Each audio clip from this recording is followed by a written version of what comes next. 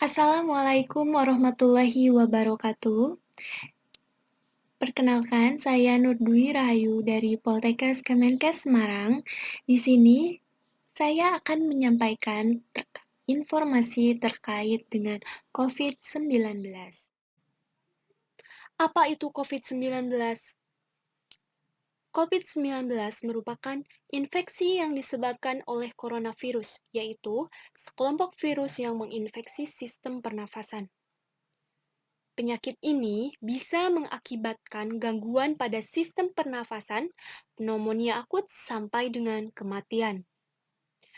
Virus ini bisa menyerang siapa saja, baik bayi, anak-anak, orang dewasa, lansia, ibu hamil, maupun ibu menyusui.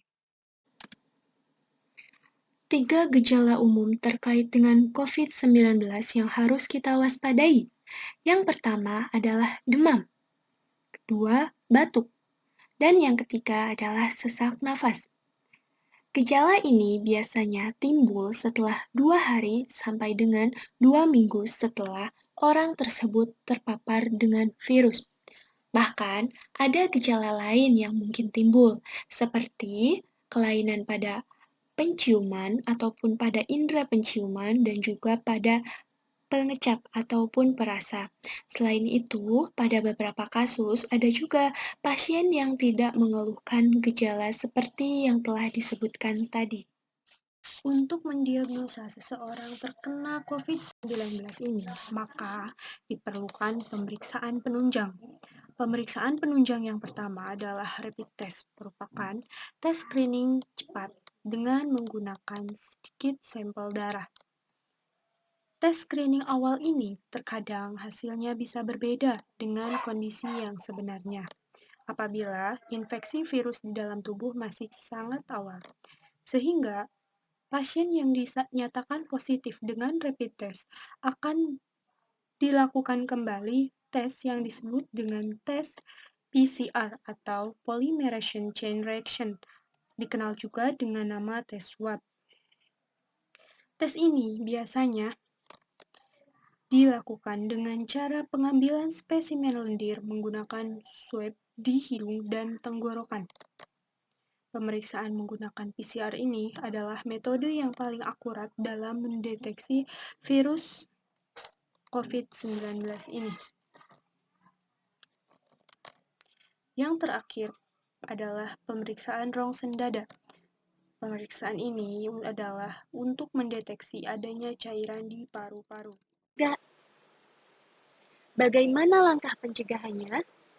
Yang pertama, terapkan physical distancing dan social distancing, yaitu menjaga jarak minimal 1 meter dari orang lain, dan jangan dulu keluar rumah kecuali ada keperluan yang mendesak. Yang kedua, gunakan masker saat beraktivitas di tempat umum atau keramaian. Yang ketiga, meningkatkan daya tahan tubuh dengan cara pola hidup sehat. Yang keempat, mencuci tangan dengan air sabun atau hand sanitizer yang mengandung alkohol minimal 60% setelah beraktivitas di luar rumah atau di tempat umum. Yang kelima, tutup mulut dan hidung saat sedang batuk ataupun bersin. Yang selanjutnya, tidak sentuh mulut, mata, dan hidung sebelum mencuci tangan. Hindari kontak dengan penderita ataupun orang yang dicurigai terkena COVID-19. Tidak berdekatan dengan orang yang sedang demam, batuk, ataupun sedang mengalami pilek. Jaga kebersihan lingkungan, termasuk benda yang sering disentuh dan kebersihan rumah ya. Untuk orang yang diduga terkena COVID-19 atau termasuk kategori ODP, orang dalam pemantauan maupun PDP, pasien dalam pengawasan, ada beberapa langkah yang bisa dilakukan agar virus corona tidak menular ke orang lain, yaitu pertama, jangan keluar rumah kecuali untuk melakukan pengobatan. Yang kedua, bila ingin ke rumah sakit saat gejala COVID-19, sebaiknya hubungi dulu pihak rumah sakit untuk dilakukan penjemputan. Yang ketiga, lakukan isolasi mandiri dengan tinggal terpisah dari orang lain untuk sementara waktu. Namun, bila tidak memungkinkan, gunakan kamar mandi dan kamar tidur yang berbeda dengan orang lain. Yang keempat, larang dan cegah orang lain mengunjungi Anda. Yang kelima, sebisa mungkin jangan melakukan pertemuan dengan orang yang sakit. Tips menghadapi pandemi agar tetap tenang. 1. Batasi informasi tentang virus, karena paparan informasi yang terlalu overload akan mengakibatkan Anda lebih cemas. Yang kedua, selektif dalam mendapatkan informasi. Jangan sampai kita mendapatkan informasi bohong atau berita hoax. Yang ketiga, jaga lingkungan rumah agar tetap harmonis, karena keluarga merupakan perlindungan pertama saat kita di rumah.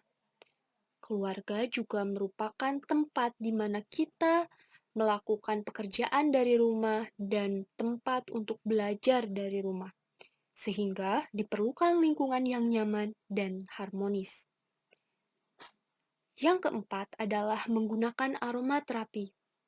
Aromaterapi sudah sejak lama dipercaya mampu meningkatkan ketenangan seseorang, sehingga diharapkan dapat menurunkan tingkat kecemasannya.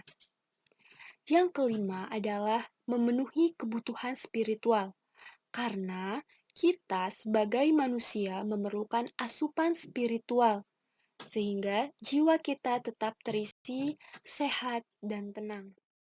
Demikian paparan yang bisa saya sampaikan. Terima kasih. Wassalamualaikum warahmatullahi wabarakatuh.